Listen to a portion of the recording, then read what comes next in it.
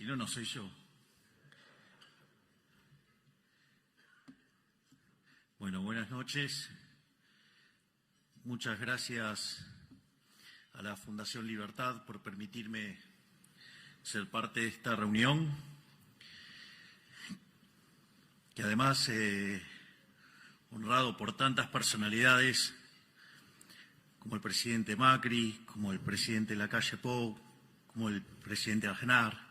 Así es que la doctora Bullrich, genia Patricia. Así que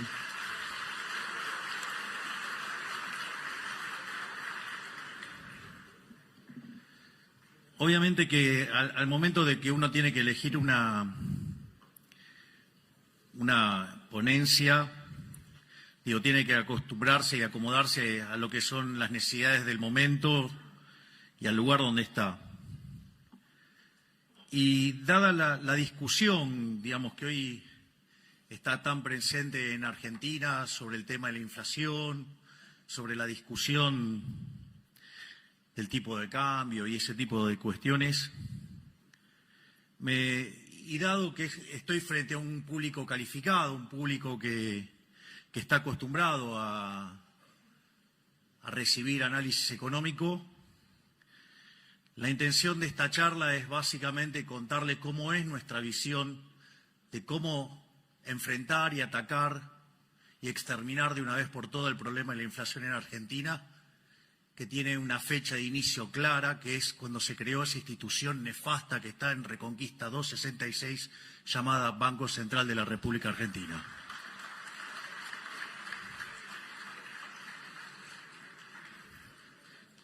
Por otra parte, por ende, la presentación se llama Dineros, Precios, Política Monetaria e Inflación.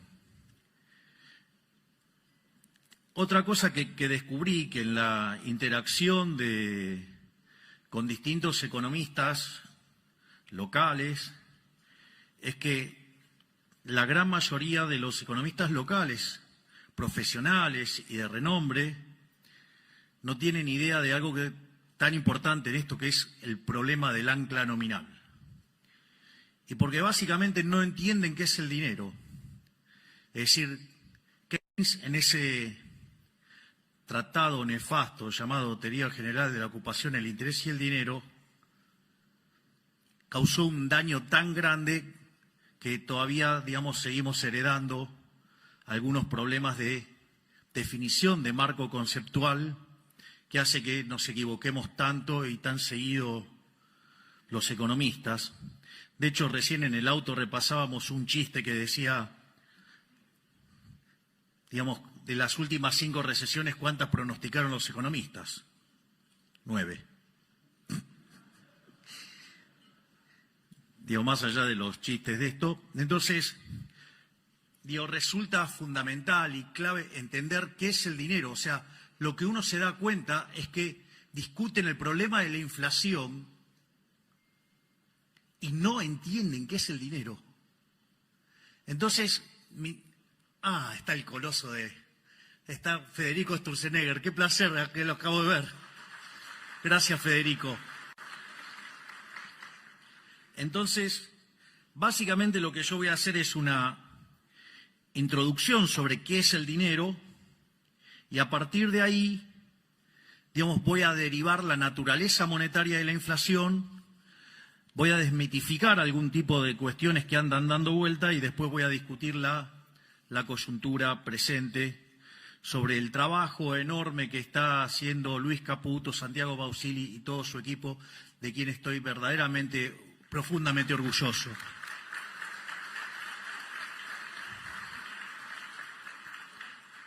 Entonces, lo primero es, si no hubiera dinero, ¿cómo sería la economía?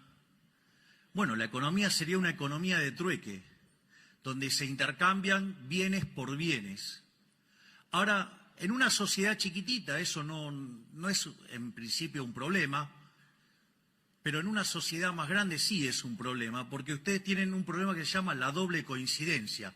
Es decir, ustedes tienen que encontrar a alguien que quiera comprar lo que ustedes tienen y al mismo tiempo, machear la venta, o sea, que además quiera lo que ustedes tienen. Por lo tanto, ese proceso se hace muy, muy difícil. Pero al margen de que ese proceso sea extremadamente difícil, aparece un segundo problema, que es el problema de la indivisibilidad. Porque sí, yo puedo querer comprar pan, el panadero quiere comprar el servicio de análisis económico, pero, digamos, o sea, la cantidad de kilos de pan que me tiene que dar, digamos, para que yo le hable, no sé, una hora de economía, no me apega. Al menos hoy. Y espero que después de mi paso por la presidencia, muchísimo más.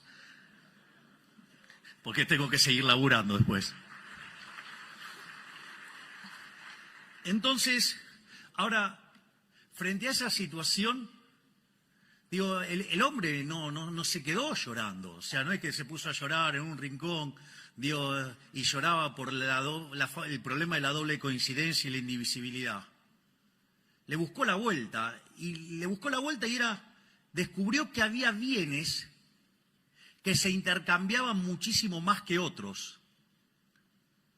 Es decir, entonces, no es que compraba esos bienes que se intercambiaban mucho porque en principio los quería tener, sino que los adquiría para poder usarlo de medio indirecto para comprar otros bienes.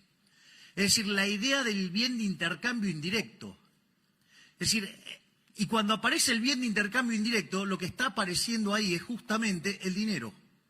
Es decir, ese bien que oficia como bien de intercambio indirecto, justamente ahí nos encontramos con la aparición del dinero. Entonces, por ejemplo, cuando el hombre era nómade, el primer dinero que apareció, ¿cuál era? El ganado. ¿Por qué? Porque el ganado era lo que comían y como eran nómades, les permitía moverse con el ganado. Consecuentemente, usaban el ganado como moneda. Después el hombre se volvió sedentario, entonces descubrieron que había otras formas más eficientes de utilizar dinero. Entonces, por ejemplo, una de las cosas que consumía mucho el hombre, que era el pan. Entonces, ¿qué empezaron a usar como bien de intercambio indirecto? El trigo. Entonces, no es que compraban y vendían trigo porque les interesaba el trigo per se, sino que en realidad lo usaban mucho, ¿por qué? Porque era un bien de intercambio indirecto. Ahora, no solo eso. Después, por ejemplo, digo, cuando uno dice el término salario, ¿sí? ¿Y por qué era salario? Porque básicamente se pagaba en sal. ¿Por qué era tan importante la sal? Miren, si había personas que le iba muy bien, digamos, en la antigüedad, era la gente que llevaba por todos lados que especies. ¿Por qué? Porque les permitía que tenga gusto algo la comida. ¿Ustedes se fijaron en lo que es comer la comida sin nada de condimento? Es una inmundicia. Dios se lo digo, no sé cómo es lo gracioso, pero traten de hacerlo, es una cosa horrible. En especial, fíjense que es lo que le pasa cuando se ponen a dieta. Digo, hay algunas dietas que son un poquito más complicadas, sobre todo la de gasto público. Pero bueno.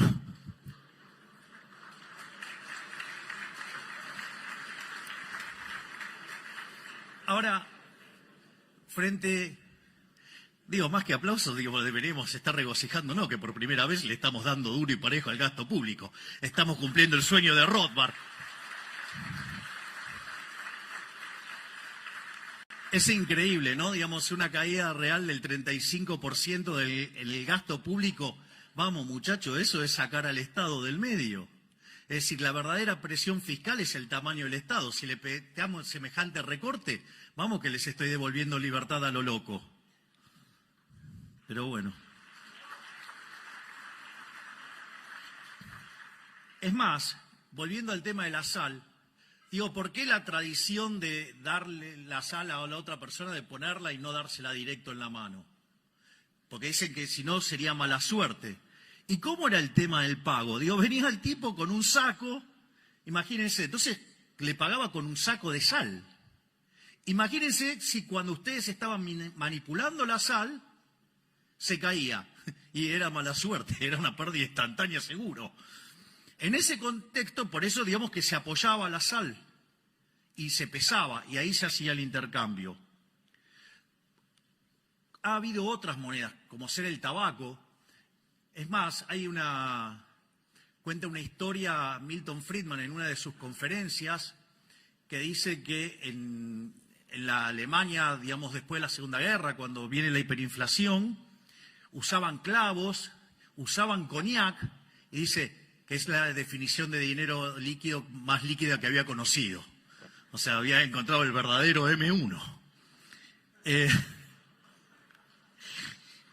Digo, chistes de economistas, no se hagan problema. O sea, la próxima charla vengo con los subtítulos. Entonces, básicamente, ahora, ¿cuál era el problema con todo ese tipo de dineros que habían aparecido? O sea, que eran mercancías, o sea, que tenían un valor de uso como mercancía, pero también servían para hacer transacciones. Entonces, y eso oficiaba como dinero. O, digamos, cuando trabajamos en microeconomía y empezamos en equilibrio general, hablamos de numerario. Ahora, ¿cuál es el problema, digamos, de ese tipo de monedas? Bueno, que uno no vive un solo periodo. O sea, podían oficiar de unidad de cuenta, podían oficiar de medio generalizado de pago, pero ¿qué pasa? No preservaba el valor. Y como la economía, digamos, afortunadamente no es de un solo periodo, sino que es intertemporal, que incluye varios periodos, se degradaba con el tiempo. Es decir, como si tuviera tasa de interés negativa. Entonces, ¿qué es lo que descubrió el hombre? El hombre buscó los metales. Y así es como aparecieron dos monedas, que es el oro para las transacciones grandes y la plata para las transacciones más chicas. Entonces, vean que lo más importante de todo esto, o sea, ¿para qué yo hago toda esta historia de por qué aparece el dinero, cómo aparece el dinero? Para entender que el dinero es un bien de intercambio indirecto. Es decir, y al ser un bien de intercambio indirecto, ¿qué quiere decir? Que su demanda es una demanda derivada. Es decir, yo no demando dinero para llevármelo al traje de madera. Si yo demando dinero para hacer transacciones y básicamente quiero utilizar ese dinero, ¿sí?, para financiar un sendero de consumo a lo largo de toda mi vida. Es decir, por eso uso dinero. Ahora, si yo, entonces, el dinero tiene esa connotación, esa característica, ¿de qué depende entonces la demanda de dinero? Y ahí es donde nos empezamos a encontrar con estos problemas.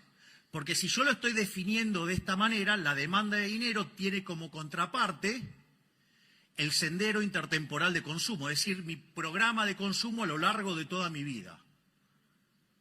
Ahora, y si yo me pongo a derivar la demanda de consumo de cada uno de estos bienes, que es lo que va a determinar como contraparte la demanda de dinero, ¿de qué depende esa demanda de bienes de consumo?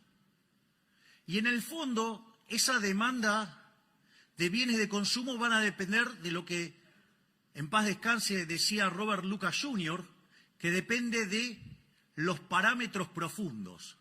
Es decir, depende de las preferencias, depende de la tecnología y depende de las dotaciones. Digo, por lo tanto, si las dotaciones están dadas, las preferencias están dadas y la tecnología, digamos, es un caso, digamos, sin que se haga alguna suposición sobre el progreso tecnológico, que tal, digamos, también está dado y si lo quieren asumir, digamos, lo van a poner adentro del modelo. En el fondo, como diría un físico, en condiciones normales de presión y temperatura, la demanda de dinero debería ser una cosa absolutamente granítica que tiene como contrapartida mi sendero intertemporal de consumo que depende de los parámetros profundos que son datos dados. Esto es un tema demasiado interesante porque, digo, ¿qué es lo que sucede?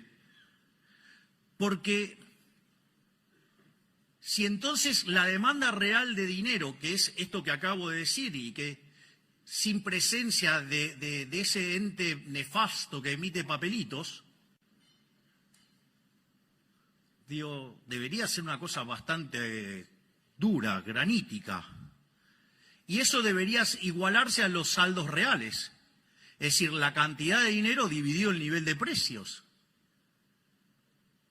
Entonces, fíjense que ahí ustedes se encuentran con la teoría monetaria de la inflación, porque ustedes van a determinar que el nivel de precios va a venir dado por el cociente entre la oferta de dinero y la demanda de dinero. Y ahí, cuando ustedes incrementen la cantidad de dinero, lo que van a hacer es determinar el nivel de precios. Es lo que se llama el problema del ancla nominal. Es más, cuando ustedes derivan las funciones de demanda de cada uno de estos bienes, como son, digamos, homogéneas de grado cero, digamos, ustedes determinan los precios relativos. Y al determinar que el dinero es el numerario, lo que hace el Banco Central es que queden todos los precios determinados en dinero, es decir, determina la escala nominal de la economía. Es decir, el famoso ancla nominal, es decir, la forma en la cual yo estoy anclando el nivel de precios es fijando la cantidad de dinero. Entonces, si desde que asumimos en diciembre la base monetaria está constante, pese a que compramos 15.000 millones de dólares, pese a que se nos dispararon los puts, pese a que tuvimos que pagar los pasivos remunerados, la contracción por BOPREAL y la contracción por superávit fiscal ha sido tal que compensó todo eso y dejó la base monetaria constante. Por eso está bajando la inflación.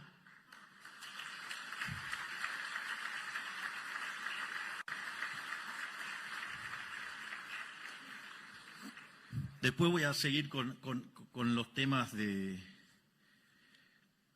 tienen que ver con la actualidad. Pero, o sea, cuando dicen, algunos economistas profesionales, asumo que algunos, digamos, por ignorancia, otros por resentimientos, otros porque, digamos, o sea, si se quisieran suicidar, lo mejor que podrían hacer es tirarse de los más altos de su ego. Que quedarían hechos un huevo frito abajo. Es decir, no hay plan de estabilización. ¿Y cómo es que baja la tasa de inflación? ¡Qué magia! No, dejamos constante la cantidad de dinero. Es más, cuando ustedes hacen la configuración de un programa de estabilización, tiene básicamente 3 elementos centrales. Tienen una política fiscal, tienen una política monetaria y tienen una política cambiaria. En el plano cambiario nosotros nos encontramos con una brecha del 200%. Es increíble porque aparecen algunos economistas diciendo, no, bueno, pero el atraso cambiario. Acá hay un problema de atraso cambiario. Ahora, esos mismos que dicen que hay un problema de atraso cambiario son los mismos que decían que había que poner el dólar a 600 y tenían una hipótesis de inflación más alta. Nosotros los pusimos por el equivalente a 1000 y tenemos menos inflación. Podrían ser por lo menos, no sé, coherentes para ser intelectualmente no tan deshonestos. Ese es una de las cosas. La otra parte es la política fiscal. Déficit cero. ¿Qué decían? No, es imposible conseguir el déficit cero en el 2024. Y nosotros empezamos a orejear los números y hablábamos con Toto y me decía, me parece que alcanzamos el déficit cero en marzo. ¿Para qué? Me puse no bullish. El pobre Guillermo Franco sufriendo. ¿Qué tal, Guillermo? ¿Cómo está? Tire la ley base, haga lo que quieran. Total, con esto, digamos, el programa, vamos a lograr todo esto a pesar de la política. Y vaya que lo estamos haciendo.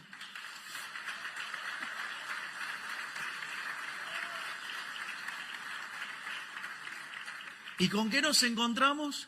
Que eso que era imposible, lo logramos en el primer mes. En enero alcanzamos el equilibrio financiero, es decir, tuvimos superávit primario y además pagamos los intereses, o sea, alcanzamos el equilibrio financiero. Entonces, ¿qué dijeron, la manga de pifiadores? En lugar de reconocer que le pifiaron, no, bueno, es muy poquito de motosierra y es mucha licuadora.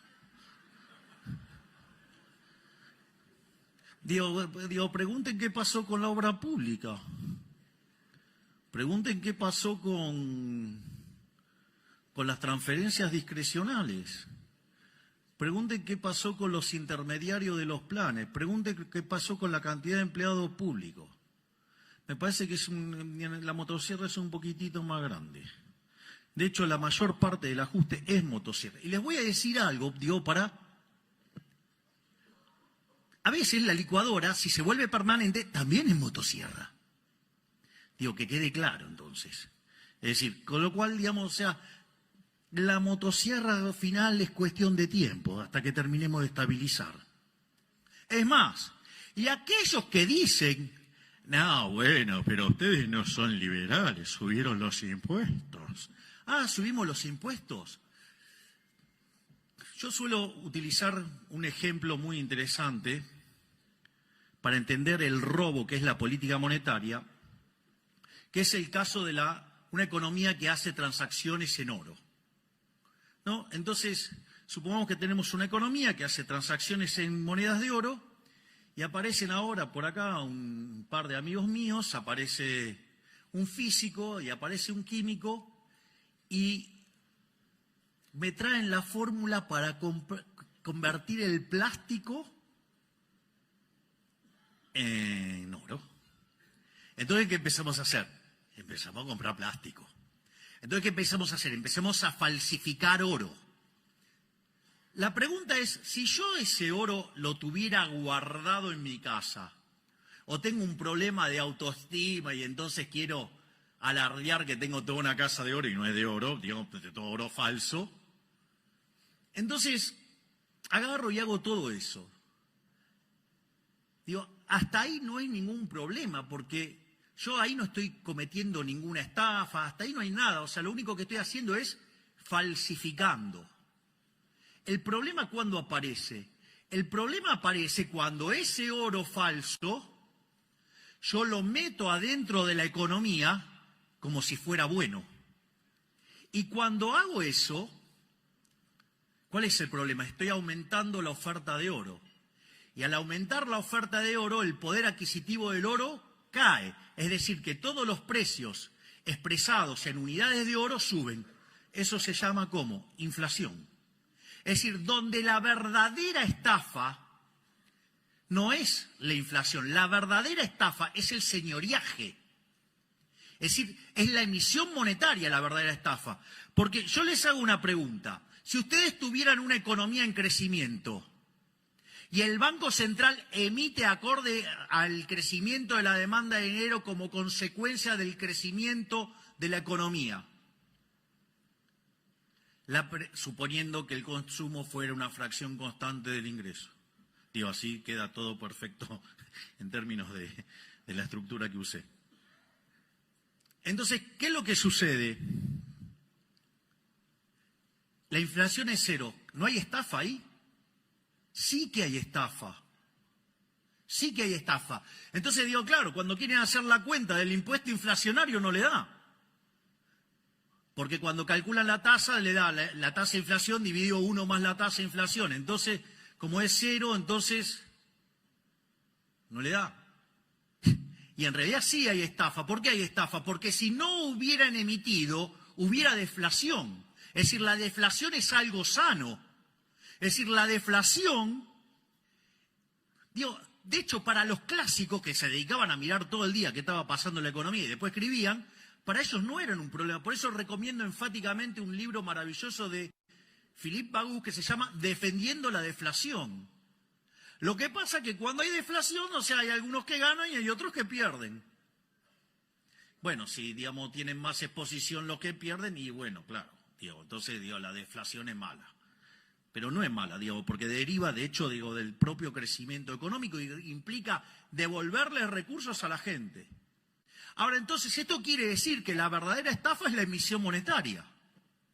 Esto es muy interesante porque el gobierno delincuente que nos precedió, en los 4 años de gobierno, emitieron 28 puntos del PBI, manga de chorros.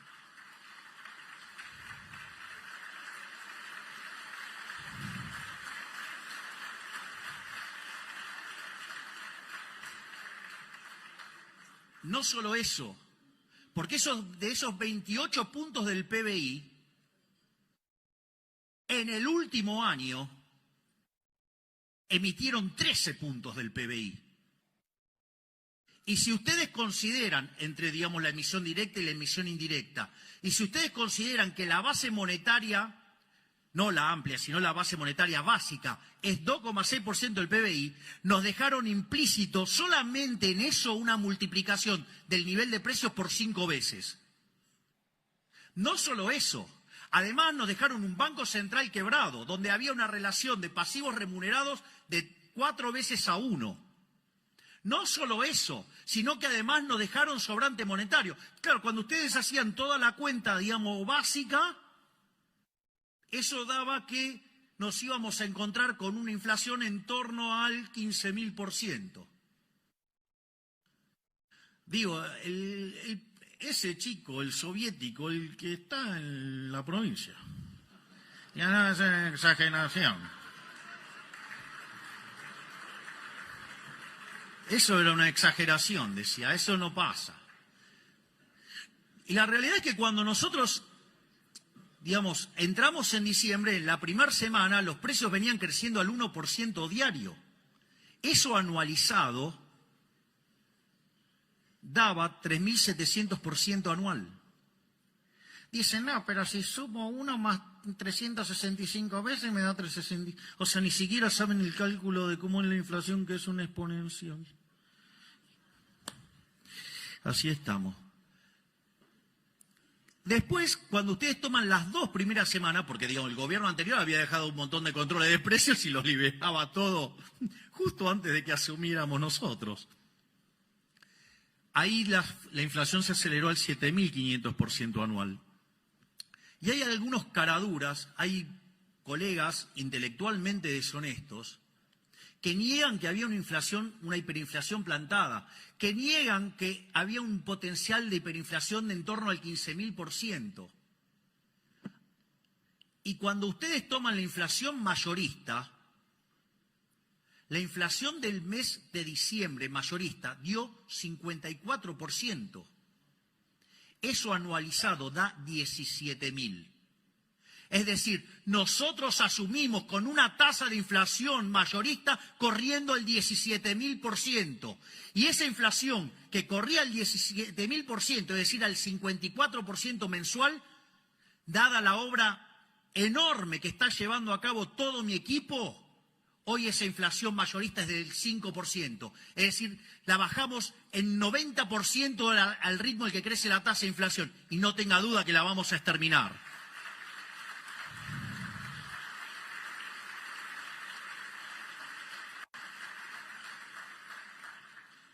Entonces, tenía toda una parte donde me peleaba con Keynes, pero la voy a omitir.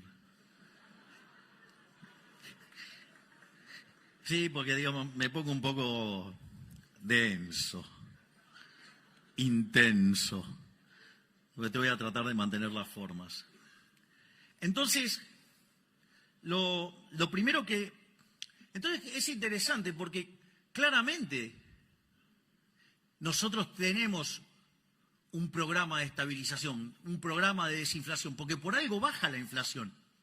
No es que baja por arte de magia. Es más, hay otro elemento central de por qué baja la tasa de inflación. Una de las cosas enormes, digamos, que es digno de admiración, es el trabajo que está haciendo Santiago en el Banco Central y todo su equipo, Santiago Bausili. ¿Esto por qué es tan importante? Porque miren, cuando ustedes tienen un banco central quebrado, es decir, que quiere decir que los pasivos valen más que sus activos, la única forma donde ustedes corrigen la quiebra tradicionalmente es mediante un tremendo fogonazo inflacionario, de modo tal que los pasivos monetarios se achiquen. Y cuanto más quebrado están, la tasa de inflación que ustedes necesitan es muchísimo más alto para dejar en equilibrio el patrimonio neto. Entonces, en la medida que ustedes tienen un nivel de precios de hoy, en la medida que ustedes van a una quiebra del Banco Central y necesitan licuar eso implica precios más altos, ¿no? Una inflación más alta implica... Entonces, cuando ustedes toman el nivel de precios que deja en equilibrio el balance del Banco Central respecto al nivel de precios que tiene hoy, unen eso, les da una línea y la pendiente de esa línea es la tasa de inflación. Entonces, conforme ustedes empiezan a limpiar el balance del Banco Central, lo que están bajando es la tasa de inflación. Esto es un tema muy interesante. Es decir, el trabajo que hace el Banco Central es fundamental, el saneamiento es fundamental para bajar la tasa de inflación. Es decir, ¿pero qué quieren que le diga? Si había uno que decía, no podés dolarizar, si no hay fideo y no hay tuco, y me invitó a fideo, hay tuco, fideo con tuco. Pues se equivocó. Pero es más fácil tirar volquete de estiércol antes que reconocer el error. De hecho, una de las cosas, miren, digamos, si de lo que están murmurando se comieron el verso, lo siento, I'm so sorry. La vida es así. De hecho, fíjense que nosotros teníamos varias propuestas de dolarización. En la medida que íbamos avanzando, algunas se nos caían, otras quedaban en pie. La única que me quedó en pie es la que habíamos propuesto nosotros, que era tomar los pasivos del Banco Central, los activos del Banco Central, pasarlo a títulos de mercado, que obviamente tienen un descuento enorme, ¿sí? Y con esos títulos ponerlos contra los dólares y haciendo todas las correcciones que esos títulos subieran de precio, y eso ofrecía un negocio enorme. Bueno, les aviso que cuando nosotros asumimos, los bonos estaban en $18, póngale 20 para redondear. Hoy los bonos están arriba de 60. Recibimos el riesgo país en 2.900, hoy estamos en 1.150. Es decir, además, estamos haciendo una caída del riesgo país como pocas veces visto en la historia argentina. ¿Y saben qué? Eso predice que para adelante la economía rebota. Por eso, digamos, están tan nerviosos. Por eso utilizan causas nobles para tratar de desestabilizar un gobierno. Porque saben que van a perder y no vuelven más.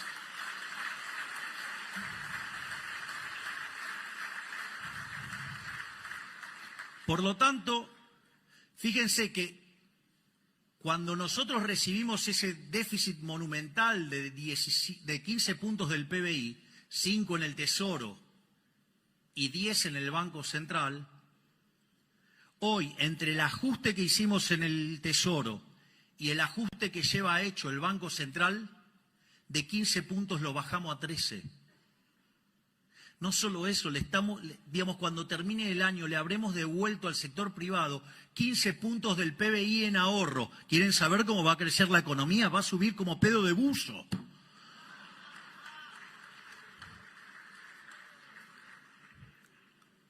Pero no hay ancla nominal, menos mal. Bueno, eso, digamos, entonces hay un ancla, digamos, el caso, digamos, del ancla nominal, que es cuando ustedes fijan la cantidad de dinero. Obviamente que no es la única forma de anclar. Hay cosas que verdaderamente a mí me parecen divertidas, ¿no? Porque vienen economistas y dicen, no, bueno, porque no hay un plan integral, porque debería definir la matriz productiva de los próximos, digamos, no sé, 5 años. ¿Qué quieren? ¿Un plan quinquenal? No soy Leontiev, no soy un comunista, soy liberal libertario. Creo en la libertad. Creo que eso lo tienen que determinar los empresarios, no un burócrata, digamos, fatalmente arrogante desde una oficina.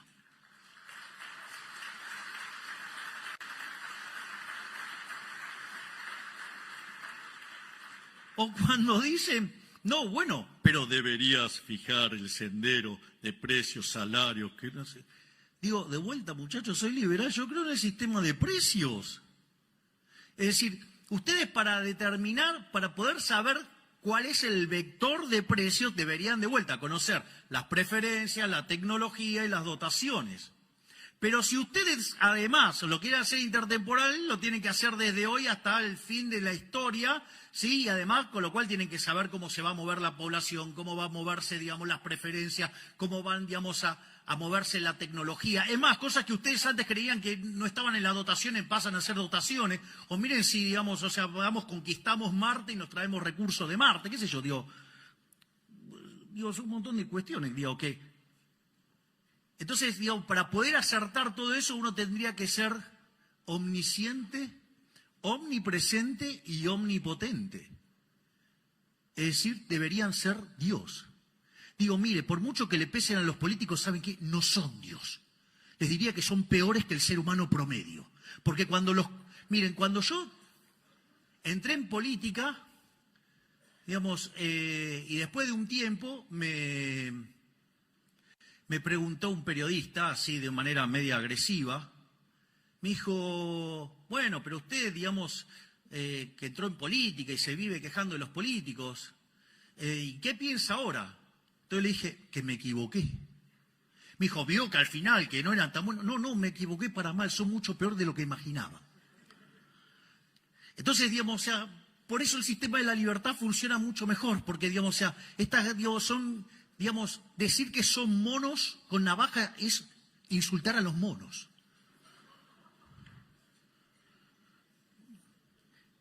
Entonces, digo, ¿cómo voy a estar fijando precios? No, tiene que fijar el sendero de los precios. ¿Cómo? Digo, están locos. O sea, soy liberal. O sea, digo, me da urticaria hacer eso. Entonces, no solo eso, ni que hablar. Me imagino que podrían ponerse a buscar los informes que reciben de muchos economistas profesionales que decían que había que poner la tasa de interés real positiva. Hoy la pelota de los pasivos remunerados hubiéramos emitido en los últimos 3 meses 4 bases monetarias. El problema es cuando explota la pelota, lo habrá padecido Federico con las LEVAX, después con las LELIX, y ahora serían los pasivos remunerados. Que dicho sea de paso, el gobierno anterior fue tan amigable que nos dejó todos los pasivos remunerados a un día. Como verán, estaba fácil, ¿eh? Digo, es tan fácil desde la tribuna. El otro día hablaba con el profesor de Pablo y le reconocí un error mío, digo, de tiempo atrás.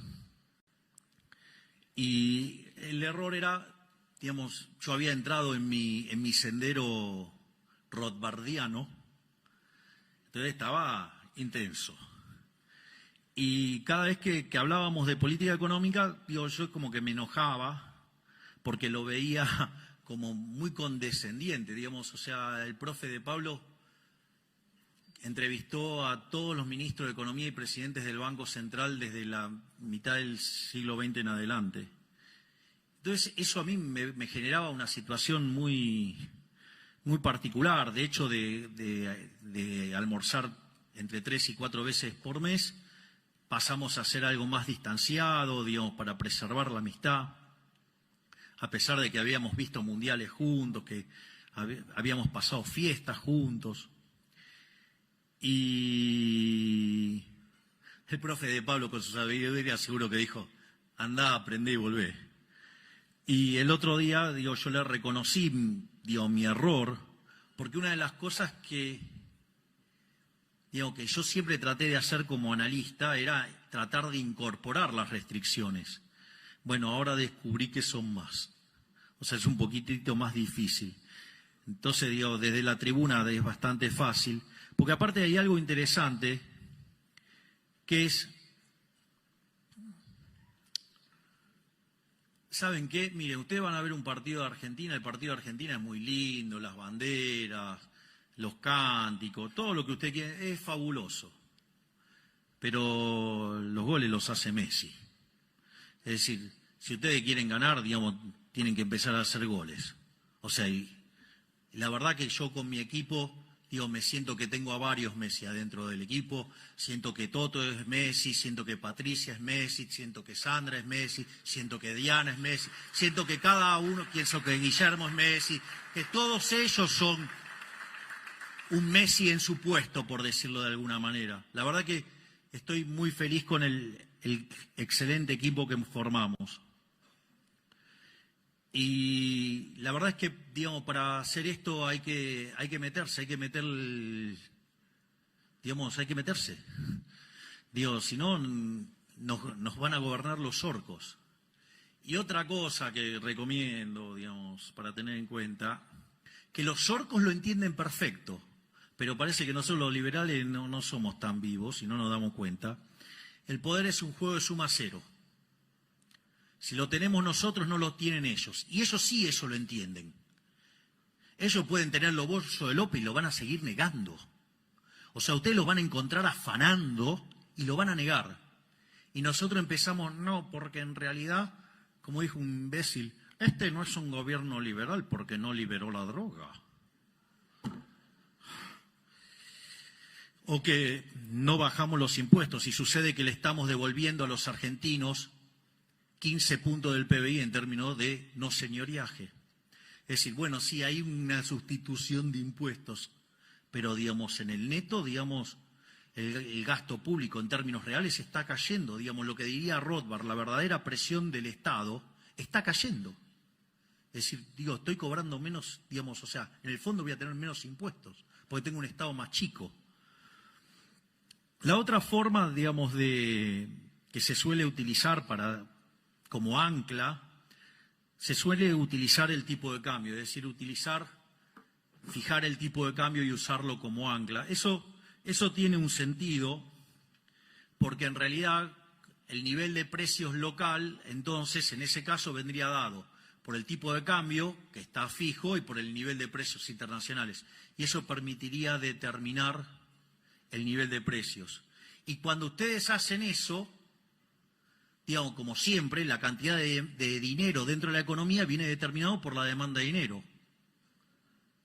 Entonces, dada la demanda de dinero, si ustedes emiten, lo que van a tener como contrapartida es pérdida de reservas. Digo, no sé, vieron que siempre, digamos, el kirchnerismo hizo lo mismo. Digo, fija el tipo de cambio porque cree que es el tipo de cambio el que determina el nivel de precio, lo cual es una burrada. Entonces, fijan el tipo de cambio y emiten. ¿Y la consecuencia cuál es? Perdemos reservas. Entonces, cuando no le gusta la pérdida de reservas, entonces, ¿qué hacen? Ponen los controles. Y cuando los controles no son efectivos, porque, digamos, la gente se logra escapar, ¿sí? Entonces, ¿qué hace? Mete ley penal cambiaria, porque entonces así, si ustedes deciden salir de la estafa del Estado, entonces, ley penal cambiaria. ¿Por qué? Para que de esa manera aumente forzosamente la demanda de dinero y aumentar la base imponible del impuesto inflacionario. Un impuesto no legislado, un robo. Y después cuando yo digo que el que fugó la plata es un héroe, viene un imbécil y me hace un juicio. Es buenísimo. O sea, el chorro acusando al honesto. Más claro, imposible. Por eso no es que casualidad que tengamos 100 años de decadencia. Si tenemos la cabeza quemada del socialismo en la sangre.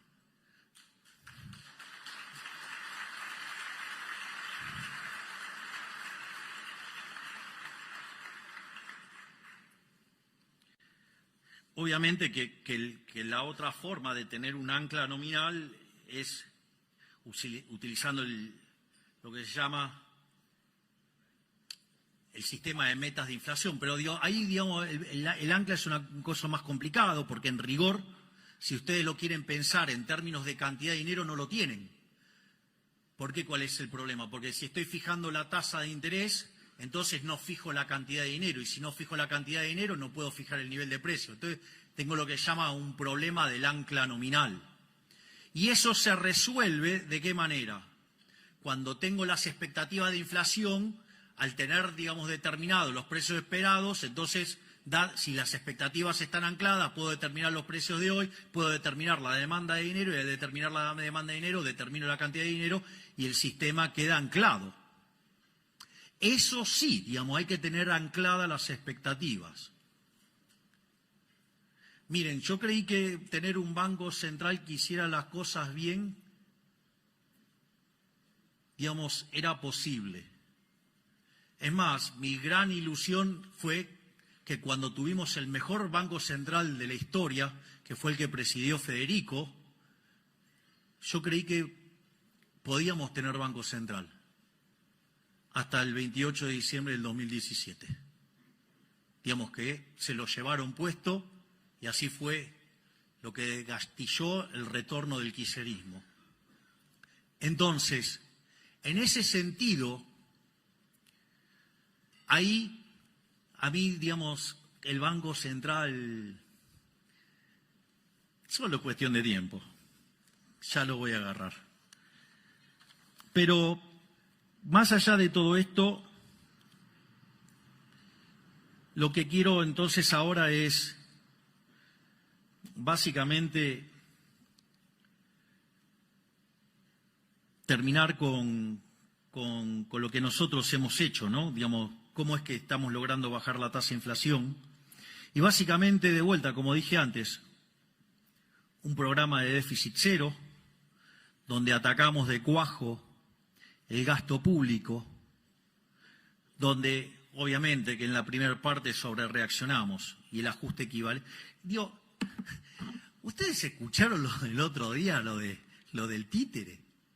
Fue increíble, diciendo, ay, qué ajuste insignificante. Dejó un déficit de más de 5 puntos del PBI. Nosotros lo llevamos a 0,2 positivo y si lo teman en términos anualizados, hicimos un ajuste de 7 puntos del PBI. Y el caradura dice, resultado insignificante. Les cuento que en los últimos 123 años de historia, Argentina tuvo déficit en 113. Quiere decir que tan fácil lo que estamos haciendo no era.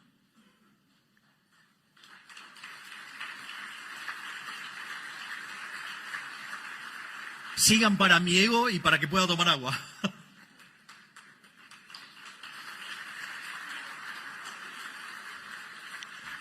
Por otra parte, el saneamiento del Banco Central hizo que de tener un déficit cuasi-fiscal de 10 puntos del PBI, digamos, hoy ya está en 4 y va camino a 3.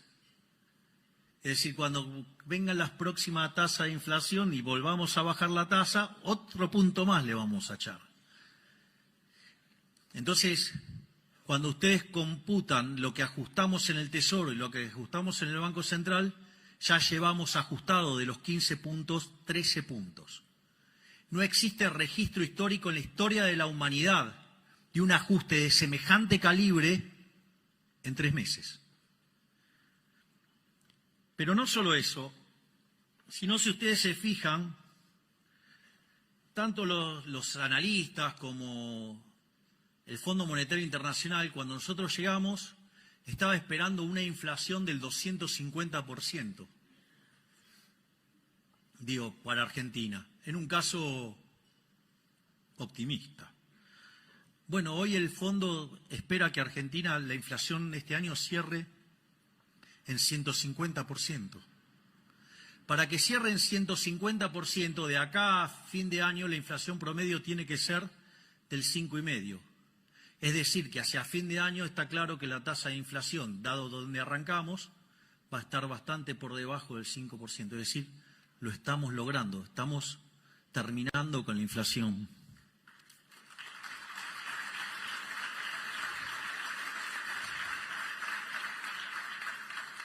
Es más, no solo eso, sino que además el fondo siempre suele ser como muy agresivo en las proyecciones.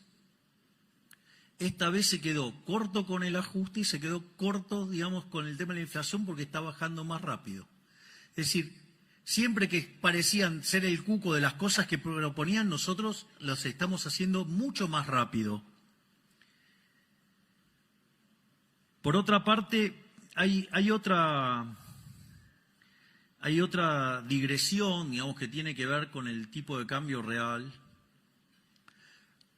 Sobre el inicio de la presentación mencioné el tema de algunos que son muy deshonestos intelectualmente diciendo que el tipo de cambio había que ponerlo en 600 y la tasa de inflación le daba más alta, y ahora se quejan por un tipo de cambio de 1000 y empiezan, no, porque hay apreciación cambiaria, hay apreciación cambiaria. Ahí hay también, digamos, hay una respuesta a esto, digamos, también con mucha sabiduría del profe de Pablo, de decir, una cosa es hacer economía, otra cosa es hacer aritmética. Y hay mucha gente haciendo aritmética y poca economía. Aviso que no todos cometen este error. Digamos, les espoleo el resultado. Lo que dice Arriazu tiene razón. Ahora voy a explicar.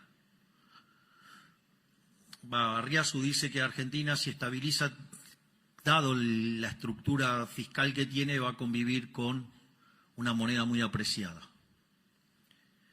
En ese contexto, esto no es menor, digamos, si tenemos que convivir con una moneda muy apreciada, porque como los precios internacionales están dados, en tanto y en cuanto el fisco no se quiera correr del medio, la consecuencia es que se va a pagar en términos de menores salarios reales.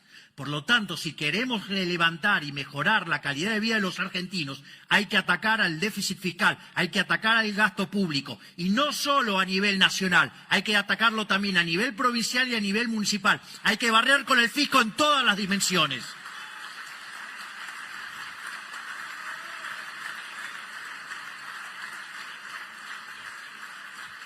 Esto es la fuente de nuestro empobrecimiento, la fuente de que la gente no le alcance la guita, la fuente de que haya tantos pobres, tantos indigentes y que haya un montón de argentinos cagándose de hambre, es culpa de los malditos políticos que no quieran bajar el gasto público.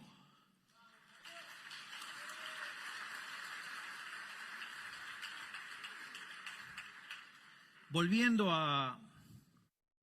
Y para cerrar, a los problemas del tipo de cambio real, porque es una discusión que tanto le gusta tener a todos, digo, el primer problema es, si supongamos que miramos la serie, digo, ustedes lo que van a ver es que, digamos, la serie parece la montaña rusa, pero una montaña rusa interminable.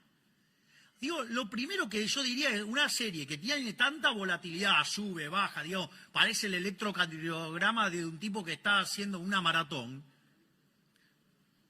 Digo, el primer problema es, che, ¿alguien me puede explicar qué valor tiene tomar una medida promedio? Digo, con todo ese desvío estándar, con toda esa volatilidad, ¿alguien me puede explicar qué sentido tiene tomar una medida promedio? Digo, ya hay un problema grave. El segundo problema grave de eso es fijarlo en un momento del tiempo. Digo, lo fijo en un momento del tiempo. ¿Y quién dijo que ese era el de equilibrio? Digo, ustedes se dan cuenta que, no, antes dijimos de la fatal arrogancia porque había que conocer el vector de precios, o sea, había que conocer el vector de precios de ese momento. Para eso teníamos que conocer las preferencias, la tecnología y las dotaciones de toda la economía desde hoy hasta la eternidad. Bueno, ahora incorporen la economía mundial. Es decir, ahora ya no les alcanza con saber todo eso para la Argentina. Digo, lo tienen que saber para todo el mundo. Es decir, no se puede ser tan fatalmente arrogante. Y no solo eso, el disparate, digamos, o sea, se corona de manera superlativa, cuando además, digamos, eso les daría poder explicar las condiciones de oferta y demanda de todos los bienes de todo el mundo en un momento del tiempo. Esto quiere decir que ustedes me pueden decir que, no sé, que el tipo de cambio real que estaba en la fecha, no sé cuál es el que más usan los informes ahora, no sé, digo, no sé, supongamos, no sé, por decir algo, 2007, no sé, digo, no lo estoy diciendo, lo estoy diciendo así aleatoriamente, o 1997, o 1985, no sé, cuando quieran. La pregunta es, ¿las condiciones de oferta y de demanda de todos los bienes de economía son idénticamente iguales a las de ese momento para decir que el tipo de cambio real tiene que ser ese mismo? Digo, pero o caemos en el problema de la fatal arrogancia o caemos en el problema de la imbecilidad, pero furiosa. Digo, no sé, les gusta tanto el centrismo idiota, digo, porque ya que no quiere que lo apliquen y lo hagan de esa manera. O, digamos, lo que yo sugiero, agarren toda la teoría neoclásica, un montón de pedazos, hay que tirarla de vuelta y hay que volver a abrazar la economía austríaca, que son las que verdaderamente abrazan las ideas de la libertad. Así que muchísimas gracias y les voy a decir algo. ¿Saben qué? A pesar de la política, lo vamos a lograr. ¡Viva la libertad, carajo!